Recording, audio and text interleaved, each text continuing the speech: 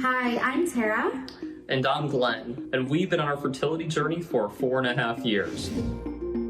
As we come to our first embryo transfer, I am filled with so many emotions. Unfortunately, going through fertility treatments during a pandemic is really all that we know. Ultimately, when the transfer will happen too, I won't physically be able to be in that room, which is really disappointing because I want to be there for Tara to know how emotional, how scary that is. It's hard when I have procedures that are painful to know that there's no one there like holding my hand. I hate that. We worked so hard to get to these milestones, and to know that I'm by myself is hard. And the saying that I always say to myself is, it will be okay. We're just going to keep holding on, and we're very excited for what's ahead for us. I'm excited for them too. And Glenn and Tara Engelberg join us from their home in Raleigh, North Carolina. Welcome back to the show. It's good to see both of you. So Tara, first of all, how are you feeling right now? Where are you emotionally here?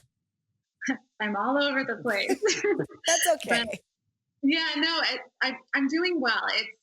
We're in the middle of our first embryo transfer, so a lot of highs and lows. It's a very emotional process, and I'm grateful that we're here. But it is hard, and it's a roller coaster, and I literally need to take things day by day because it's a very emotional, difficult process. But we're also incredibly hopeful and excited for everything that's to come. I know in that video, Tara, I heard you say that treatments during this time, during the pandemic, is all you know.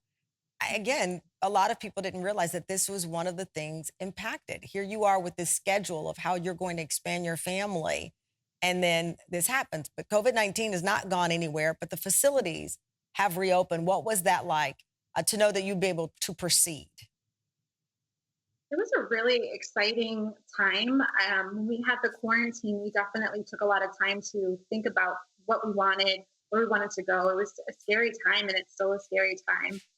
We're still working through all those things. I mean, everything is so different now, and the world is different. But the fact that we're able to proceed is amazing, and we just take things as they come. And it's been difficult with the pandemic in the sense that we have to stay healthy. I mean, we can't reschedule appointments. We need our doctors and everyone to stay healthy.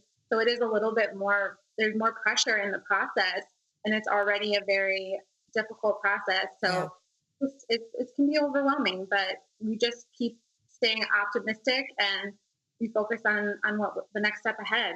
Glenn, when we spoke, Tara talked a lot about the feeling of loneliness, because you expect to be able to go into the clinic with your spouse or significant other, and there you are alone, forging ahead for the both of you. When you heard her, express that fear and that loneliness, how did that impact you, especially knowing you would be rebooting and she'd go through some of that again? No, absolutely. It's heartbreaking. Really, it is to an extent that the person you want to be there for the most, that I care more than about anyone else in the world, at one of the most important moments in our life that we've been building up for in so many different ways, I can't be there, at least physically.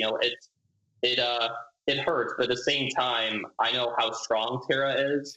I know how much we have been waiting for this, and are continuing to move forward. So at the same time, in a weird sense as well, it gives me a sense of calm as well, because I know how strong she is and things that we've been through, and having our eye on the prize, so to speak, as far as the long-term outcomes. And I'm sure just as when you went through it as well too, that picture you showed earlier, with yourself. And it's just, you think about moments like that, and then you realize, we're stronger than we sometimes give ourselves credit for, and we're here for one another to go through this together. And you moved from Colorado to North Carolina. You've got a family structure there, so you've got some backup in the move. So I can't wait to hear the update, Tara. And whatever the journey is, you're surrounded by love, and you've inspired. And I'm going to try not to cry, but you've just inspired so many people sharing this story. So know that you are loved and people are rooting for you. and they want you just to find the joy that you deserve. Yeah, thank you so much for having us on too as well and sharing your journey as well, which I think is remember from the episode back in April, really gave Tara the courage and inspiration to help share hers as well. So it's that butterfly effect. That's truly a beautiful thing. All right, Tara, so if you're looking for names, my middle name is Latrice, and I won't be offended if you use that, boy or girl, okay? I love it. All right, well, we love you both, and just be strong and know you're not alone. Not one second of the day are you alone. All right, thank you both for joining us again. Thank you.